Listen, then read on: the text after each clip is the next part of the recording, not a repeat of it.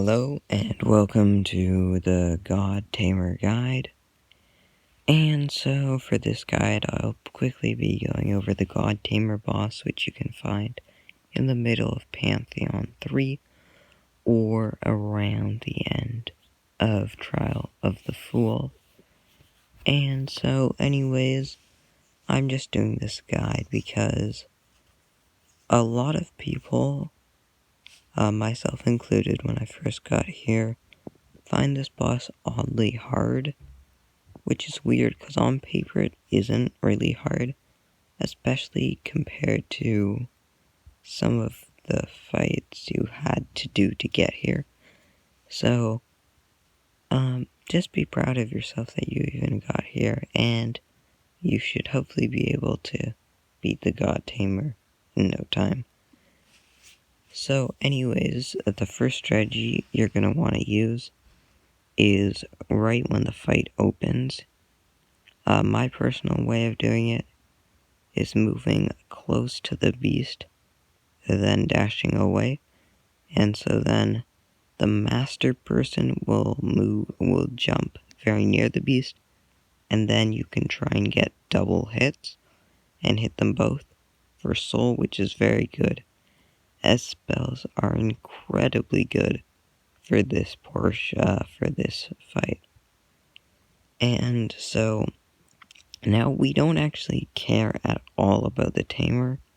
We only care about the beast.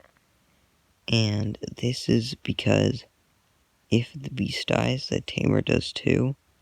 So if you kill the Tamer, then you're basically just wasting damage, because if you had killed the beast instead, they both die.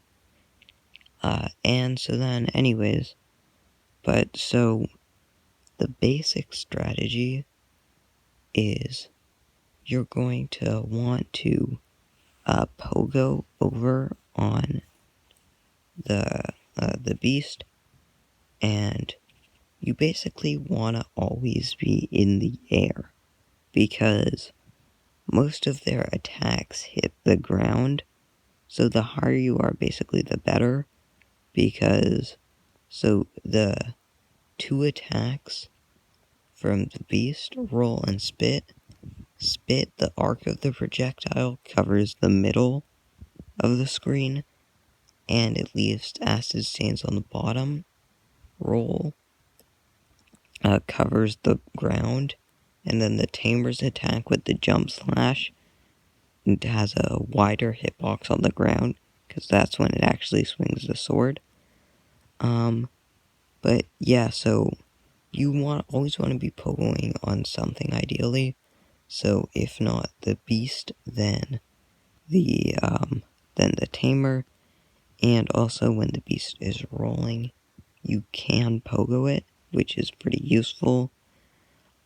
But so you basically want to be pogoing the beast for the whole game, and you're gonna want to save your shadow dash and your wings to dodge the Tamer if it jumps at you.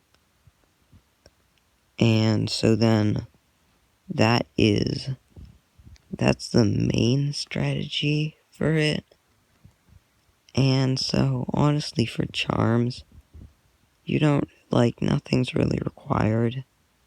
But if you, just to make things easier, the charms that really make the fight a lot easier are Mark of Pride, Shaman's Stone, Spell Twister. Mark of Pride lets you hit that start sequence easier by hitting both, gives more room for error with pogoing. So it just makes it easier to execute. And Spell Twister and Shaman Stone make the fight a lot faster. Spamming Shade Soul is definitely a viable strategy. D-Dark's good too. There's no real time to Abyss Shriek. You can if you want, I guess. Yeah, but that is the God Tamer fight. And so, I hope you're able to beat it. You should be, with a little practice, be able to beat it with any set of charms. Not just charms that are good for it. Because you never really fight this boss alone. Always in the context of something else. So, like, you probably want to have more pressing things to optimize your charm build for.